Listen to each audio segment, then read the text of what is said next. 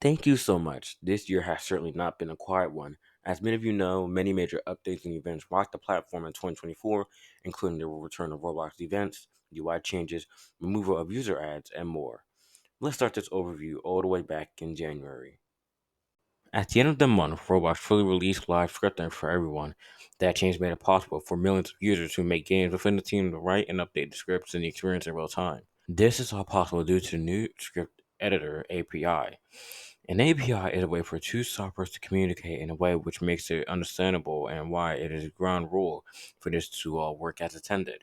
Also in January, a very controversial update to the platform's interface was released. The home page replaced with icons with thumbnails instead. In February, one of the, or if not, the most controversial update of the year was released.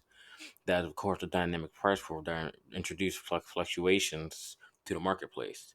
How it works is that when a new UGC item gets added to the marketplace, its creator has to set a minimum price and maximum price that they are willing to sell it on. Roblox will then evaluate the price floor and set a price itself. With this, a new way the prices could automatically increase and many users buy the product, and on the other hand, it could decrease if there are few buyers. Many users on the platform are against these updates. Some are calling this way to raise the prices on the platform, while others are saying it is simply done to hurt the creators and players. There are confront reports of creators earning significantly less Robux from their sales after the new update. But February was not all bad. That month, automatic chat translation were added in all experiences, as well as users in the European Union can now report illegal content. Why this is not accessible worldwide is unknown. Now, March was not as busy as February. However, the Haunt, Roblox's brand new event, and a fresh start for all events on the platform began.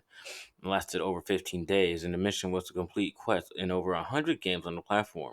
When having completed a specific amount of quests, you were able to claim certain prizes from a pendant to a crown. Like March and April was a quiet month as well. The biggest update of the month was, however, on a large scale. The UGC item was opened to everyone who has verified account or Roblox Premium. This and a new avatar auto setup tool, which makes it possible for users such as yourself to learn how to create and sell 3D items on Roblox. May, however, was filled with a lot of updates, though on the small side of things. To start off, you can finally report someone's avatar. May, however, was filled with a lot of updates, though on the small side of things.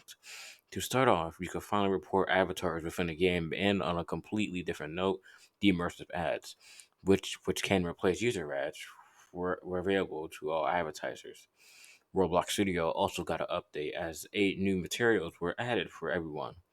Finally, in the last days of the month, Roblox started a new event called The Classic.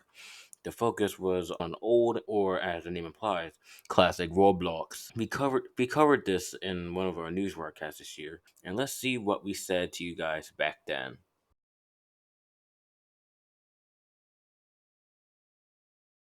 This brings back so many memories.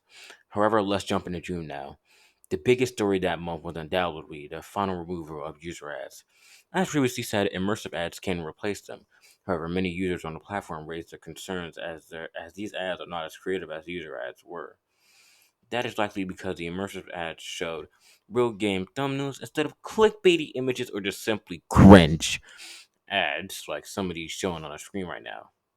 We are halfway through our overview of the platform changes on Roblox this year. Little to nothing happened in July. We tried our hardest to find interesting things that happened that month, but the only thing we found is that apparently everyone has July off.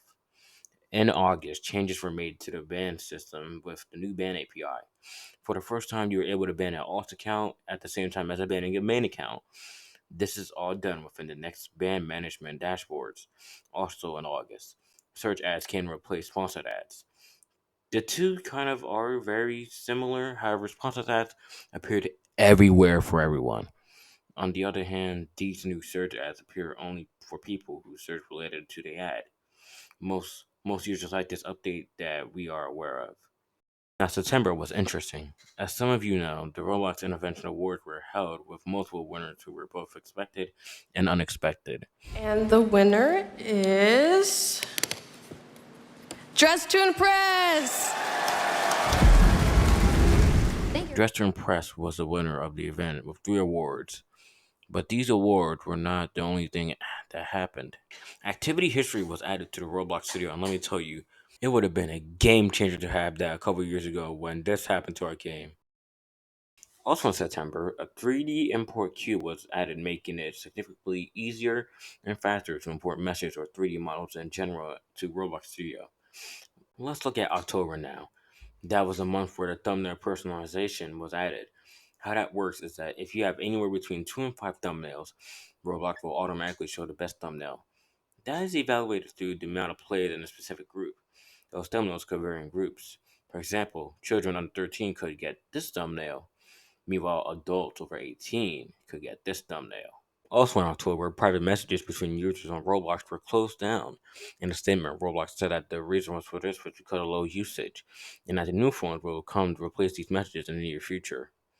In November, the biggest story was without a doubt the change to the parental controls. As many of our users know, we did make a story on it.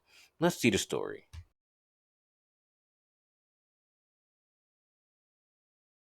But that was not the only thing that happened in November.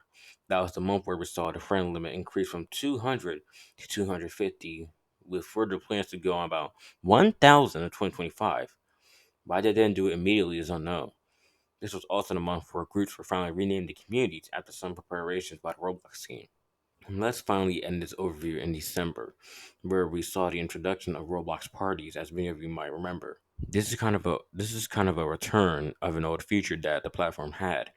This time, up to 6 players can join a call and talk together while playing games together. Some people have criticized this update, as many people seem to have a problem with leaving a party and let alone ending it. This, however, may just have to be some little starting hiccups, as some might call it. But that is the year on the Roblox platform in review. Back to you guys at the desk.